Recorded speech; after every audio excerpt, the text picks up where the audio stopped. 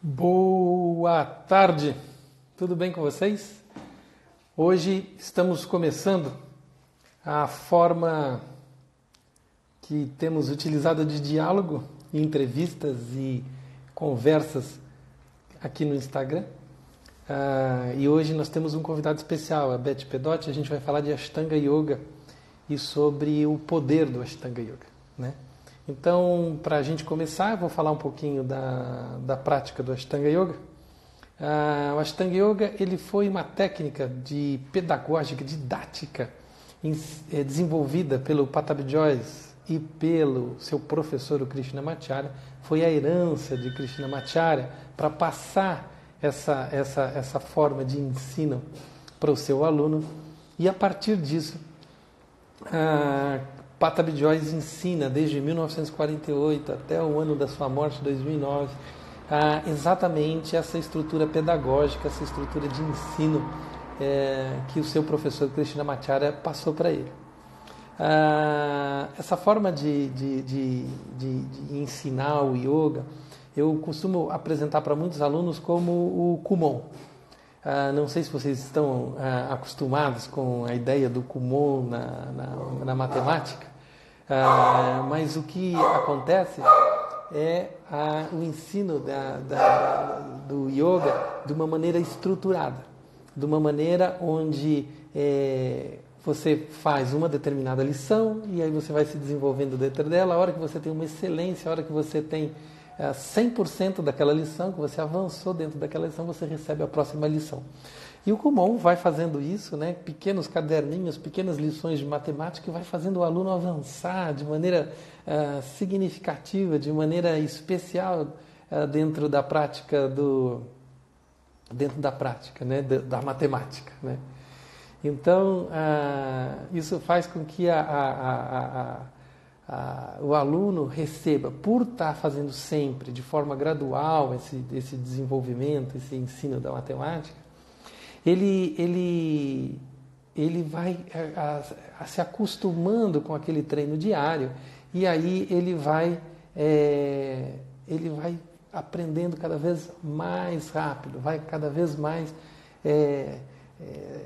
crescendo dentro. E o resultado que a gente tem é que o aluno acaba avançando muito mais do que avançaria se dentro da condição usual do ensino da escola, né? E também o aluno apresenta um avanço muito maior do que os outros colegas, né? Então, estou falando do Kumon, né? A apresentação não é sobre isso, né? A apresentação é sobre o Ashtanga, mas a ideia é que o Ashtanga tem uma estrutura muito similar, muito, muito similar. Ele é assim uma condição que faz com que o aluno realmente desenvolva a disciplina como a matemática exige, né? E por que ele faz isso? Ele faz isso porque ele trabalha 6 vezes por semana, ele folga um dia na semana, essa é a estrutura da regra, né, do aprendizado.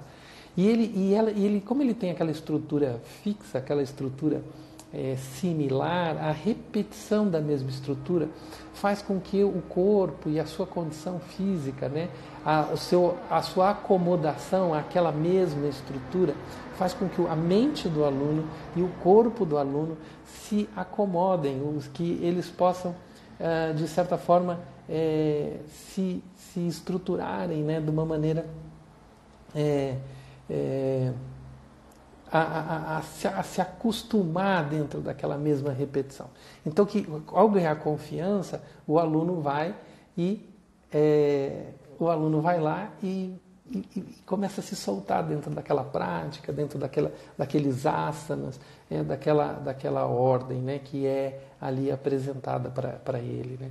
E aí ele vai ganhando essa confiança, ele vai avançando dentro daquelas posturas e o corpo dele, a prática dele começa a se transformar, começa a se modificar.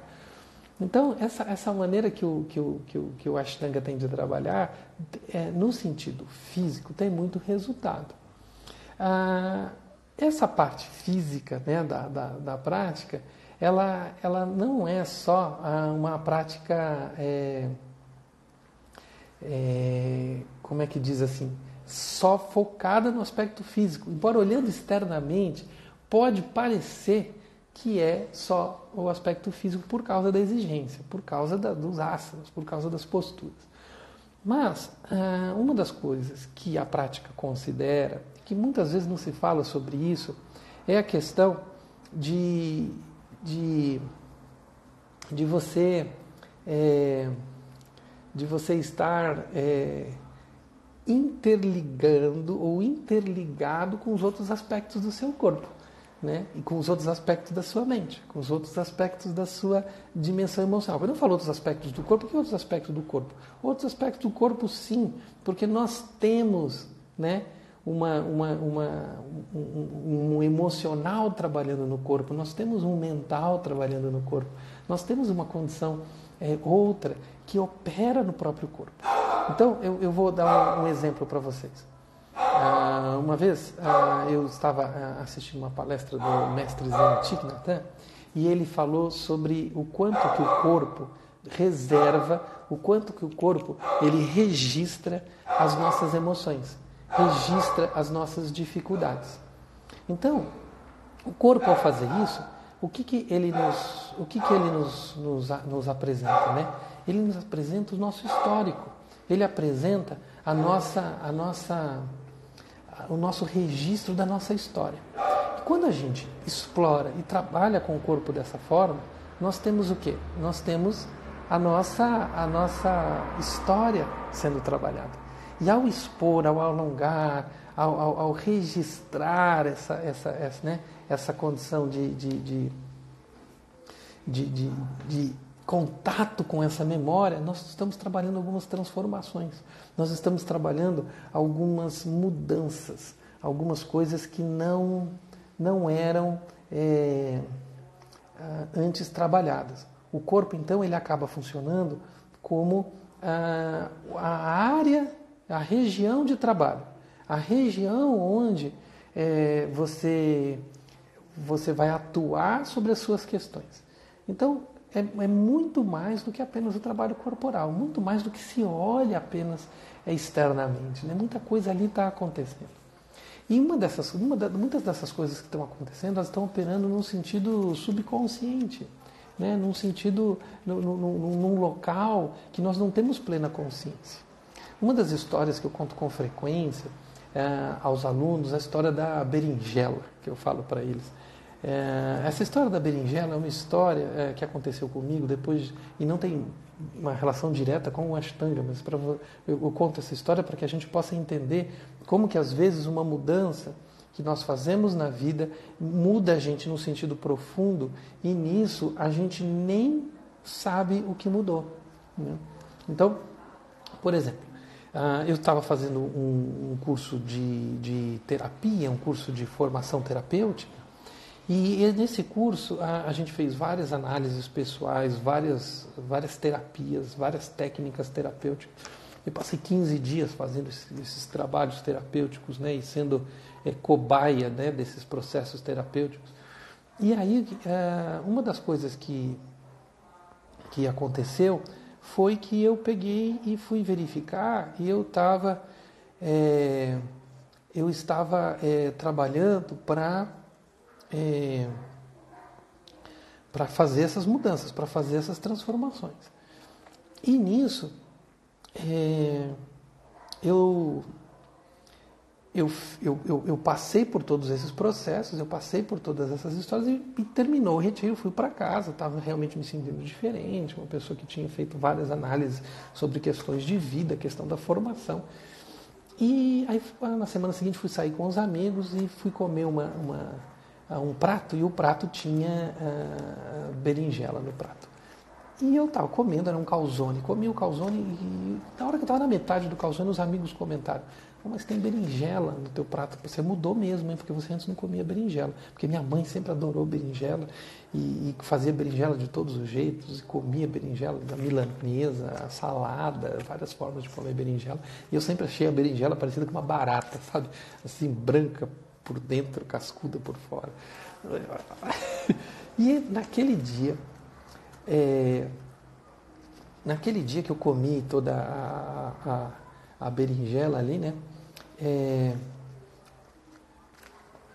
eu parei para pensar e vi, nossa, eu não tinha reparado, eu não tinha mais a aversão à berinjela. Então, assim, alguma coisa desenvolvida no trabalho terapêutico, na técnica terapêutica, ela tinha feito a mudança num sentido profundo, que tinha trabalhado minha aversão à berinjela. E eu, em nenhum momento, cheguei lá nas técnicas terapêuticas e cheguei reclamando, dizendo, olha, eu preciso trabalhar minha terapia para mudar a minha relação com a berinjela, né? Então, foi assim uma mudança que eu não esperava que acontecesse, sabe? Então, foi realmente surpreendente.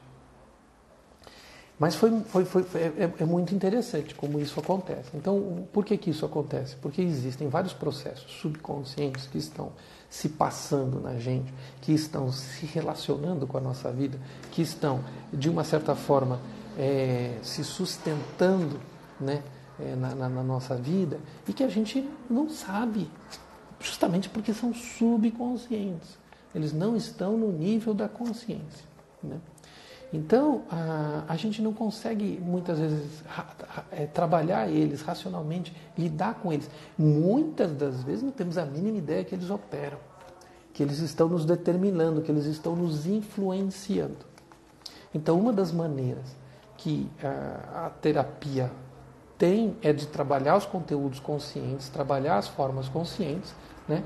E aí a gente tem essa condição de fazer a mudança pelo conteúdo consciente. Já eu estou com a Beth Pedotti entrando aqui. Essas mudanças começam a acontecer, né? Elas começam a se manifestar. Então, é um pouco dessas explicações. Agora eu tenho a Beth presente no nossa conversa aqui. Beth, olha, eu vim explicando um monte de coisa para eles sobre como as nossas mudanças podem acontecer. Mas eu quero que você me fale de como o Ashtanga, em primeiro lugar, entrou na tua vida. Como é que você teve seu primeiro contato com o Ashtanga? Como é que você começou a se encantar por essa prática do Ashtanga Yoga? Boa tarde, tudo bem? Tudo bem, Vitor? Tudo Desculpa, ótimo. eu estava acabando de almoçar essa hora, né? Essa vida corrida. Quer fazer tudo, né? Mas eu acabei de praticar há pouco tempo e aí eu tô almoçando. Parei o almoço, quando eu vi a hora, eu larguei lá meu almoço. Eu falei, nossa, desculpem o atraso. Imagina. Então, Vitor, como é que a Ashtanga entrou na minha vida, né? Por que eu me encantei por essa prática? Na verdade, eu sempre, desde 15 anos, quando eu descobri a atividade física, eu sempre me encantei por movimento, por exercício, né, físico.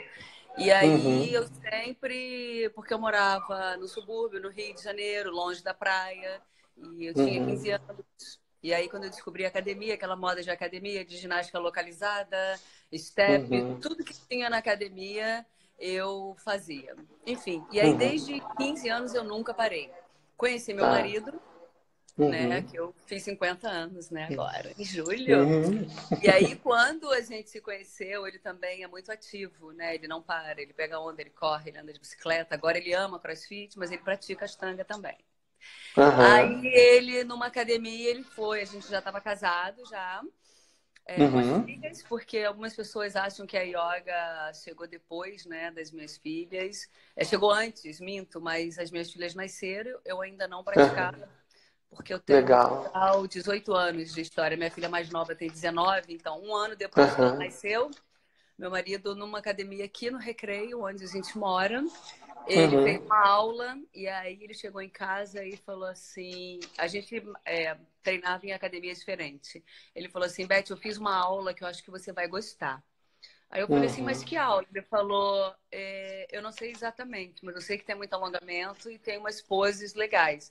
Porque, assim, a yoga hoje em dia, né? Hoje em dia a yoga está muito mais acessível a todos, mais Imagina isso há 20 anos atrás, a yoga era algo que, né, eram poucas pessoas. Bem mais E aí raro, eu fui né? fazer muito mais. Eu estou muito feliz até com essa popularidade. Um pouco Uhum, preocupada, né, uhum. confesso, mas feliz porque está muito mais acessível para todas as pessoas, inclusive valor, Então, né? então, Beth, você é um raríssimo caso que o homem É, convidou a mulher para o yoga. é, é verdade, é Normalmente verdade. é o contrário, né? É o contrário, é verdade, Uhum, é verdade. E aí eu fui fazer essa aula, adorei a uhum, aula. Aí no final da aula eu fui perguntar pro professor que aula que era. Aí ele falou, é uhum, aula de yoga. Aí eu falei, uhum. nossa, que interessante. E aí eu me matriculei na academia dele, mudei e passei a fazer essa aula, que era 2 vezes na semana.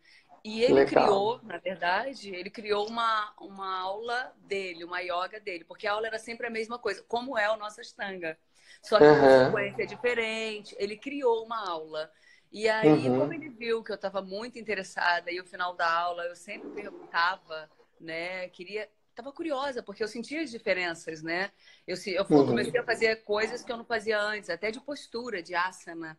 E aí eu, uhum, encantada com aquilo, eu comecei a perguntar para ele. Ele falou, Beth, eu tô vendo que você tem um potencial a mais. Eu vou te indicar uma uhum, outra professora que ela vai te ensinar muita coisa. Aí foi uhum, quando eu mudei de academia. Ele falou, procura a Margarete Azulay, que eu sou muito grata uhum, a Margarete Azulay, que é uma professora incrível de yoga integral. E aí eu uhum, fui atrás da Margarete, continuei praticando com ela e a Margarete dava uma aula de vinyasa, uma aula intensa. A nossa turma era muito legal e ela começou a puxar uhum, cada vez mais a aula, até que ela, no fim da aula, ela começou a me ensinar a filosofia da yoga. Eu comecei a perguntar, ela me deu livros para eu ler. E a coisa foi indo. Ela, um dia, ela foi sair de férias, ela falou, Beth, quem vai me substituir é você. Aí eu passei a Uau! substituir. E uma das alunas que Uhum, fez a minha aula falou assim, Beth, você tem a cara do Ashtanga. Você conhece Ashtanga? Eu falei, nunca nem ouvi falar, porque eu estava entrando ainda no universo da yoga. uhum. Quando eu fui parar no Nirvana, atrás do Matthew, Ah, nosso lembro, mestre. lembro. E aí foi assim que tudo começou. E aí quando eu fui praticar o Ashtanga, como eu sou uma pessoa que eu gosto de desafio, eu já cheguei Uhum. numa prática master, já caí de paraquedas, né? Todo mundo praticando Tá. e eu falei, Aquela caramba! suadeira. E aí o mestre me botou no cantinho e falou, respira, me ensinou a respirar, fiquei. Isso deve ter sido o quê? 2007, por aí? Você lembra Não, mais ou Vitor, menos? eu fiz 2006? 2005, final de Tá, 2005 para 2006, porque eu fiz a tá. formação, né? Eu fiz o curso intenso de Uhum, todos os fundamentos no Ashtanga em 2006. Tem 18 anos que eu tá, fiz a formação. tá. Que eu tô tentando situar os anos que o Matt deu aula no Nirvana, por isso que eu... Foi o último ano que ele deu aula no Nirvana. Tá, Depois tá ele bom. saiu de lá e foi abrir a turma na casa dele. Aí ele ficou um tempinho lá, Tá. lembra? Não deu Lembro, lembro. certo. É. Aham. Aí depois eu fiquei Então, praticando e com a- ele. Desculpa. então, de cara, foi uma identificação com o Matt, porque é uma relação que você tem até hoje, né, com ele, né? De, Sim, de é meu mestre. aluna-professor, né? É Uhum, meu gurudinho. Verdade. tá. E E ele ele é muito inglês, né? querido, né? Agora Matt, ele, assim, depois, ficou trabalhador, muito mais né? Ele carioca. trabalha em cima dos alunos, né? E ele, nessa época que eu conheci, ele era duro. Ele era rígido, né? Porque o Mais duro, Matthew, assim. ele mudou muito. Ele cariocou de vez. Porque ele Aham, era disciplina e eu precisava disso, da tá. disciplina, né? E foi isso que me encantou no Ashtanga, a disciplina que a gente tem que ter com a prática, né? Eu aprendi e o Tá. Matthew me ensinou e me fez acreditar em mim, porque algumas coisas eu achava que estava muito além do que eu poderia. E o Matthew me Uhum. encantou. Te contar uma história que eu lembro os primeiros encontros que eu tive com o Matthew, e o Matthew veio dizer que tinha que praticar 6 vezes na semana.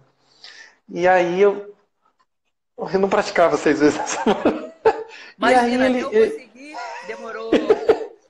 aí ele virou para mim numa conversa, ele soltou assim, de uma maneira, não foi uma provocação, mas ele deixou ali. Ele disse: mas você ainda não é um praticante sério, né? Você não pratica 6 vezes na semana. Eu já era professor na época. Como assim, né?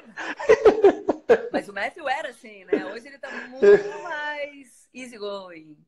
Mas a gente precisava, né, disso, dele. Até que chegou uma hora que a gente pratica, né? 6 vezes. Se bobear 7, nem descansa. Né? Que ótimo. E uma das coisas que eu ia te perguntar é isso. Que eu percebo que você é uma das pessoas no Ashtanga que tem uma cabeça aberta. Sim. Então você está vendo as coisas. Muita coisa. E tem gente no Ashtanga que não tem a cabeça aberta. Sim. Né? Então, eu já escutei, sim, algumas coisas, até queria compartilhar com você, porque eu penso um pouco parecido com você, assim, algumas coisas. Que dizendo assim, quem pratica Ashtanga não pode fazer outra coisa. E aí eu olho aquilo e falo, mas nossa, as outras coisas também são boas. Sim. Como é que é isso para você? Eu acho que você já escutou essa história, né? Sim, muita gente. Me Muita. conta como é que é isso para você. Muito. Eu acho, Vitor, que as pessoas têm que ser livres. Eu acho que a gente tem que ter um equilíbrio. Tudo na vida é equilíbrio. Então, a gente não pode ser muito ortodoxo, muito radical, porque a gente vive no Ocidente. Eu não moro em Mysore, por exemplo. Eu tenho casa, eu tenho 2 filhas, eu tenho marido, eu tenho gato, eu tenho aula para dar. Então, assim, a yoga, ela tem que adicionar na nossa vida. Né? Ela tem que ser o nosso momento, o nosso encontro. Mas a yoga não é tudo que eu tenho na vida. Ela faz parte desse todo. Ela é muito importante. Mas eu adoro a natureza. Eu adoro o contato com a natureza. Eu adoro o mar. Quer dizer, por que eu não posso correr? Eu não posso correr, eu não posso andar de bicicleta. Outras linhas de yoga eu realmente não consigo praticar. Né? Porque assim, não me sobra nem tempo para isso. Porque, né, ou eu vou praticar, fazer a minha prática, ou eu vou fazer outra yoga. Mas, em relação a fazer outras atividades físicas, eu acho que tudo adiciona. Por exemplo, eu correr na areia da praia me dá mais condicionamento, me dá mais pulmão para eu poder ter mais gás, mais oxigênio para prana para respirar enquanto eu pratico. Então, tudo que eu faço é para que eu adicione na minha prática. É claro que eu não vou fazer uma atividade física, né, que seja intensa e que eu vou correr o risco de me machucar e prejudicar a minha prática. Mas eu lembro que um tempo atrás, quando eu corria muito, eu gostava de correr 12 quilômetros. E aí, na época que eu praticava com o Matthew, lá no Espaço Sauer, aqui no Rio, eu queria correr todos os dias e praticar todos os dias. Então, alguma coisa saía prejudicada. Porque a pessoa que corre demais, esses quilômetros todos, o quadril tende a ficar rígido, né? O joelho começa a doer. Então, quando o Matthew, que eu estava entrando na 2ª série e que minha perna não ficava atrás de jeito nenhum, eu olhava para ele, Matthew, mas como que eu não consigo fazer o Supta Kurmasana, por exemplo, da 1ª série, sentada, montando sozinha? Ele falou assim, Beth, você tem que ver o que você está fazendo. Ou você dá prioridade na sua corrida e aceita a sua prática desse jeito, ou você vai ter que diminuir, vai ter que intercalar para o seu quadril ir ficando flexível, ele ir ajustando. Então, assim, eu gosto de fazer outras atividades, mas sempre eu penso que essa atividade é para adicionar, é para que seja bom para a minha prática. Eu não vou fazer um crossfit, por exemplo, que meu marido ama, eu não vou fazer um treino de crossfit pesado, porque eu sei que eu vou ficar morta, acabada, não vou conseguir praticar, vou correr o risco de me machucar. Mas eu acho que a gente tem que ter equilíbrio. As pessoas estão partindo, e algumas pessoas do Ashtanga têm uma postura muito rígida, que não é isso que a gente aprende na yoga. Né? Porque yoga é equilíbrio, yoga é união.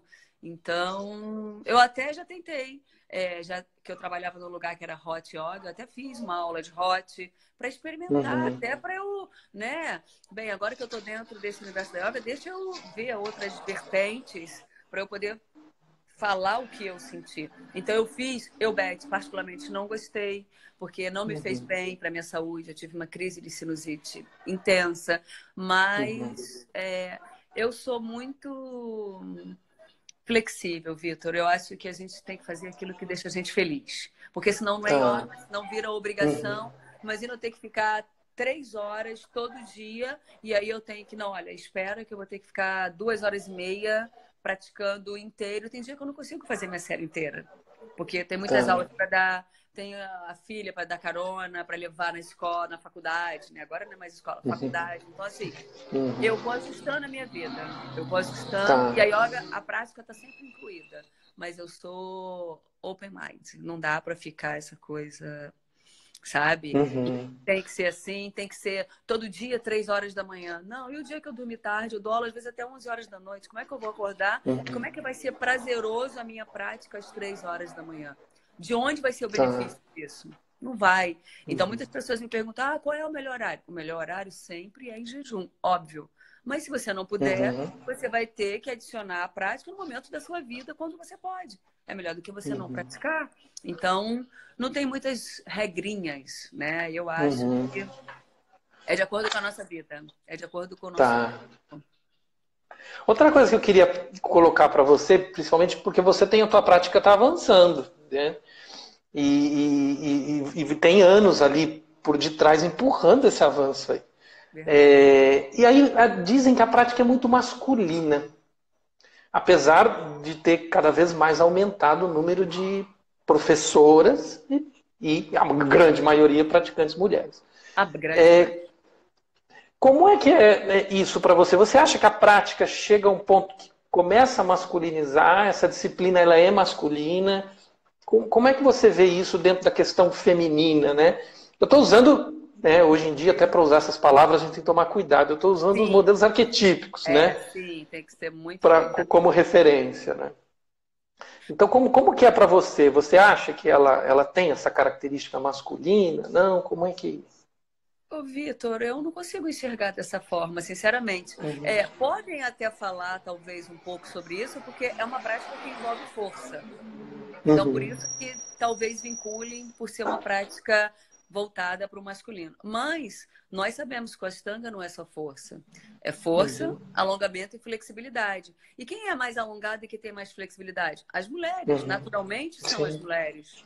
Os homens, eu até tenho alguns alunos, às vezes, que são bem flexíveis, mas é raro, é muito raro um homem ser flexível. Ele ganha muito mais nas posturas de força, que a gente sabe que tem momentos que a gente precisa da força, mas quando chega na parte do alongamento e da flexibilidade, eles perdem. Então, eu não vejo o Ashtanga uma prática masculina. Eu acho que ela é para os dois, masculino e feminino. Não vejo, sinceramente, dessa forma. É uma prática forte? É dinâmica? Mas é para todo mundo. É claro que os homens na força, eles fazem aquelas transições, né, quase com uma parada de mão facilmente. Mas aí também ele não está nem respirando, às vezes. Então, né? É uma prática de movimento com respiração. Então, eu não vejo dessa forma, sinceramente. Tá. Outra pergunta agora mais delicada que eu tenho que te fazer. Porque falando de Ashtanga vai ter polêmica, né? Sim. Que é o seguinte. Essa questão, como é que tá para você? Porque teve todo um movimento que a comunidade sentiu muito dessa coisa de tentar tirar o Patabi Joyce da cena, né? Nós temos o Matthew, que foi aluno do Patabi Joyce, aprendeu e praticou com ele e tal. E que é né, a tua referência. Como é que você vê isso assim, né? Porque eu até publiquei alguns artigos sobre isso, referente, contando um pouco alguns detalhes das histórias que muitas vezes não aparecem, contando algumas coisas de alguns professores antigos que estavam na sala com o Patabi Joyce, nos momentos dos ajustes, né? Aí uma vez o Lino me disse, o meu professor, o Lino lá, Lino Miele, falou que muitas vezes é uma crítica ao ajuste do Ashtanga. A questão do professor, a forma como na prática do Ashtanga tem o ajuste. O Matthew é um professor que ajusta muito. Muito. Né? Então, e eu até acho que os alunos dele avançam muito, porque ele ajusta muito. Dos ajustes, Então, como que é para você isso, assim, essa questão dessa história e a questão dos ajustes dentro dessa história? Como é que você tem lidado com toda essa coisa em cima do Ashtanga aí? Então, é uma pergunta bem delicada, a gente tem que ter cuidado, né? Da forma como a gente vai falar. Então, na verdade, algumas pessoas presenciaram, né, esses ajustes. Eu recebi vídeos, né? Mas eu acho que eu recebi vídeos com um olhar um pouco maldoso, que eu acho que também... Eu até... Engraçado, há pouco tempo eu até debati isso com meu marido, mostrei o vídeo para ele, os vídeos para ele, que não foi só o Patabi Joyce, foi um vídeo que viu o Patabi Joyce, que tinha um Iyengar, de pessoas mesmo que pegaram esses ajustes em qualquer linha de yoga para contestar, né, esse tipo de ajuste. Então, primeiro que assim, a prática de Ashtanga é uma prática que tem que ter ajuste, não tem como não ter ajuste, né? O ajuste é fundamental, é o caminho que a gente mostra para o aluno que ele pode ir. Então, nós professores, por exemplo, Maestro, com o aluno Maestro, você está ali para ajustar o aluno e, se ele estiver pronto, para passar a postura seguinte para ele. Então, não teria sentido alguma prática Maestro se não tivesse ajuste. Concorda? Então, né, o ajuste faz parte. Agora, Beth, eu não presenciei, né? Então, são coisas que falam. Então, a gente tem que ter muito cuidado em relação a falar sobre isso. E aí, quando eu recebi o vídeo, aí eu mostrei até para o meu marido. Eu falei assim, o que você acha disso? Ele falou assim, bem, na Índia, é cultural, né, Vitor? Eles são os gestos, a maneira como eles falam. Eu nunca fui à Índia ainda, mas as pessoas vídeos que eu vejo... Desculpa, minha filha entrou aqui na ligação. Vídeos que eu vejo, eles falam alto, eles gritam. Então, aí todo mundo acha que o indiano é namastê, namastê, mas é cultural. É a forma deles se expressarem, né? E nos ajustes, o meu marido até falou, Beth, essa forma que ele chega, porque me mandaram uns vídeos assim do Iyengar batendo, tipo assim, não é assim, pá, sabe? Uma coisa agressiva. Não partindo também... Minha filha tá frenética. Não partindo para esse lado que caiu do lado do... Como é que eu vou falar? Do abuso. Né? E o Iyengar entraram com os vídeos de agressão. E aí meu marido falou assim, bem, não... E todo um olhar maldoso, né? Também, porque se pega um momento que você... Um vídeo que eu vi do Guruji Patabi...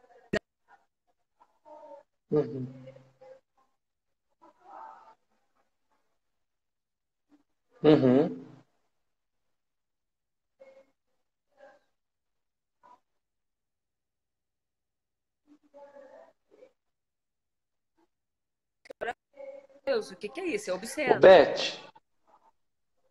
Fala. Fala. Tá me ouvindo? É que acontece que o teu vídeo, ele tá dando uma pequena dificuldade na entrada. Então a tua última frase, quando você falou que viu o vídeo do Patabi Joyce, ela saiu truncadinha. Eu ia pedir para você repetir. Agora? Melhorou agora? Melhorou. Então, quando eu vi o vídeo, né, uma foto do Patabi Joyce, ele ajustando em Pindasana, né, uma aluna. E aí, segundo o vídeo que mandaram, ele estava pegando de uma forma para ver se a aluna estava ativando o Mula Bandha. Então, a mão dele estava bem assim, próximo do ânus da aluna. Então, dependendo do ângulo que a pessoa pegue essa foto e que pegue o momento, é polêmico. Mas eu não sei, eu não consigo ver de uma forma abusiva ou dele estar na intenção. É tão complicado isso, né, Vitor?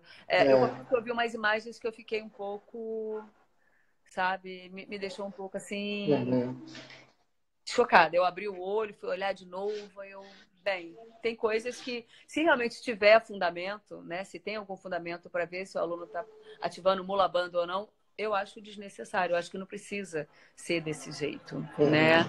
Mas eu também não posso falar de algo que eu não sei a veracidade da coisa, tá? Você disse que tem pessoas que estavam juntos, né? Que viram na hora. Sim, eu conversei com algumas pessoas que são dessa época, alguns professores, né? Principalmente nos Estados Unidos, né? Que é onde tem a maior parte das reclamações. Sim.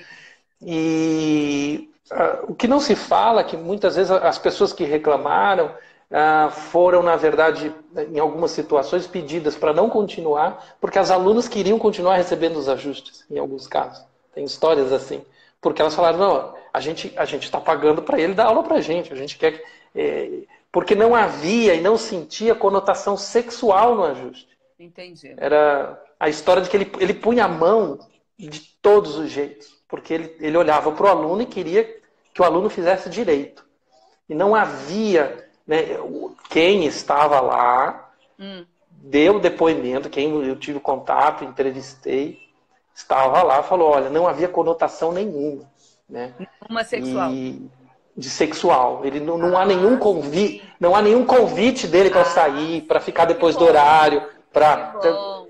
Eu achei que fosse o inverso, eu já ia ficar desesperada. Não havia. Entendi. O fato é, ele não tinha.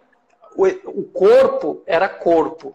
Entendi. Não tinha nenhuma. Ele mexia de qualquer jeito. De qualquer jeito, exato, do jeito indiano de ser, né? Cultural. De pegar, colocar a mão mesmo, mas aí tem aquele outro olhar, né, de pessoas que, né, levaram para o outro lado. Eu fiquei bem chocada com essa notícia. Esse buchicho que rolou. Ainda está acontecendo isso, Vitor? Ou já parou? Essa coisa do boicote ao Patabi Joyce rachou um pouco a comunidade, porque na verdade tem os professores que tiraram as fotos todas dos Chalas. Então as pessoas praticam só com a foto do neto, ou sem foto. E aí tem o grupo, principalmente ligado ao chamado old school, né? Que os professores falam, olha, não é isso, ele é a história, a coisa existe por causa dele, né? Ele que sustentou, né? Então não dá para tirar ele da história, né? E ele não está aí para se defender. E qual é a sua posição, Vitor? Eu pratico. Eu conversei com o meu professor, o Lino. Que estava na época. E falei que estava lá. Sim. E o Lino me contou que falou, olha, quem surgiu a primeira reclamação do Me Too era uma pessoa que o próprio grupo não aceitava muito bem. Mas tudo bem, a gente não pode acusar a vítima de não ser socialmente legal, né? Mas o Lino contou histórias, e eu fui verificar essas histórias, de casos das mulheres falarem, não, eu quero que ele continue ajustando, né? E o Lino foi muito próximo a ele. E ele falou, Vitor, não havia nenhuma conotação sexual. Nenhuma. Ele nunca tinha interesse com as mulheres. Pelo contrário, ele tinha as coisas dele. Ele era um brahmane, eram as mulheres que tinham. Tinha mulheres que passavam o comportamento era abusivo em relação a ele. Mas ele falou, mas nunca da parte dele, né? Então, a versão do meu professor, Olino, bate com as entrevistas que eu fiz. Eu falei com o Cat Cooper, que estava lá na época, né? Então, assim, não critiquei só com uma versão da internet, entendeu? Entendi. Foi uma coisa... Entendi. Que bom, né? Melhor assim, né? Porque... senão fica tudo... Porque o americano, por si só, ele já processa todo mundo por qualquer coisa, né, Vitor? Então, esse é um dos motivos... Se você abraçar para dar um beijo, ele já diz que né, que você tá... Como é que é a palavra? Que até fugiu? Assédio. Já é um assédio sexual de você abraçar e beijar no rosto da pessoa, né? Eles se afastam. Então, vindo da... Esse é um dos motivos que Esse é um dos motivos que o Lino não tem visitado mais com frequência os Estados Unidos. Ele recebe convites financeiramente muito interessantes, mas ele fala, não, é problema, porque lá eles têm essa coisa jurídica. Na Europa, hoje, Beth, por exemplo, na Itália, aconteceu um episódio. Eu sei que, por exemplo, nos Estados Unidos teve um caso de um professor que falou para o aluno não fazer o Sirsasana. O aluno fez o Sirsasana sem a orientação do professor e bateu o pé na janela e cortou o pé na janela. Ele processou a escola e fechou a escola. O aluno? O aluno fechou a escola. Sem autorização do professor, né? Isso porque o professor falou que não era para fazer. Não, na Europa aconteceu de um caso, e aí eles têm feito seguro, os professores lá têm feito seguro. Porque o professor falou, olha, você ainda não pode fazer lotos. E o aluno foi lá e insistiu em fazer um lotus. É a vaidade, né? E o aluno machucou o joelho. E aí o aluno entrou contra o professor também. Aí esse professor tinha seguro. Então resolveu via seguro, né? O seguro defendeu o professor. Então, no Brasil, eu vejo que esse processo ainda não chegou. Mas você sabe, né, como as coisas costumam... A gente devia começar a pensar sobre isso. Porque a gente... eu, graças a Deus, nunca tive problema com nenhum aluno meu, até porque... Nem eu também, eu deixo sempre o aluno ciente. Eu falo, bem, olha, é uma prática que a gente vai construindo, seu corpo tem que estar preparado. Você quer fazer loto? Você já fez? Não, nunca fez Padmasana, então não faz, porque você pode machucar o joelho. Então, eu passo já toda a responsabilidade para o próprio aluno. Mas dependendo do aluno que a gente pega, a gente não conhece, né? Nem todas as pessoas a gente conhece, né, Vitor? Então, se a gente pega um aluno que você não conhece bem ele, e ele não te ouve e se machuca, a gente corre sério risco de sofrer, né? Um tipo de processo que a gente nem tem culpa, né? Pra gente ir encerrando, eu sei que a gente tem horário, né? Não quero abusar do teu horário também. Então, eu queria... A gente pode marcar outro. Hoje tá meio corrido, mas a gente pode marcar outro. Tá ótimo. Eu vou pedir para, se alguém tiver alguma pergunta, jogar aqui nos comentários, que daí a gente pode encerrar com uma pergunta de um aluno. E para você encerrando, eu ia te perguntar o seguinte: qual foi a grande mudança na Beth? Você fala, nossa, a Beth antes do Ashtanga era uma pessoa assim. O Ashtanga mesmo foi responsável por a Beth ser essa pessoa. Assim. O que você acha que é essa grande mudança? A grande mudança na minha vida que o Ashtanga trouxe é eu me tornar a mulher forte que eu sou. Eu sou uma fortaleza, Vitor. É uma prática que me ensinou a ser muito forte. A ser muito forte, assim, forte na vida, de acreditar, de ser muito positiva em mim mesma, sabe? Eu acredito e é uma prática que me deu tanta coragem, né? É uma prática muito encorajadora. Né? Então, eu não tenho medo de mais nada, Vitor. Eu sou destemida, sabe? Assim, que ótimo. É uma prática que me fez acreditar muito em mim. Muito. E eu devo isso muito ao Matthew, porque ele me fez acreditar que era possível. Porque por alguns momentos eu pensei quase em desistir. E ele me fez acreditar. Que legal. Eu sou uma fortaleza graças a Ashtanga Vinyasa Yoga. E é isso que eu passo para todo mundo. Acredita que é possível. Que bom. Que legal. Precisamos nos encontrar, né, Vitor? Sim. Traz o Preciso ir pro Rio aí. Eu quero fazer um workshop com ele. Traz o Lino de novo, me avisa. Tá, eu aviso. Ele tá indo em Buenos Aires em outubro. Aí estão pedindo para levar ele para lá, para ir para lá, né? Mas eu preciso ver se o Brasil entra, né?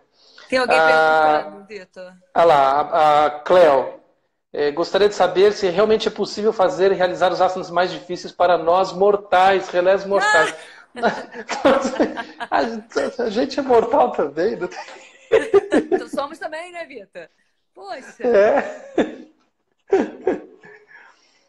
Então, eu queria estar encerrando. Beth, depois eu mando o vídeo editadinho para você. Você pode colocar nas redes sociais, vai ter tudo aquilo que a gente já conversou. Sim. Tá bom? Então muito obrigado. Ficamos por aqui. Agradeço a todos que estão assistindo. A gente teve um público que nos acompanhou aí toda a conversa, né? É que o horário a gente também, né? Nem todo mundo pode acompanhar essa hora. Ele vai ficar no ar 24 horas. É verdade. Mas aí o Instagram deixa 24 horas no ar. Sim. Não vai poder participar. E aí, depois a gente republica ele já como arquivo depois. Sim, ótimo, Vitor. Adorei. Tá bom? Adorei. Obrigado, Beth. Obrigada a você. Beijo na família. Um abraço. Beijo também para você. Tchau, tchau.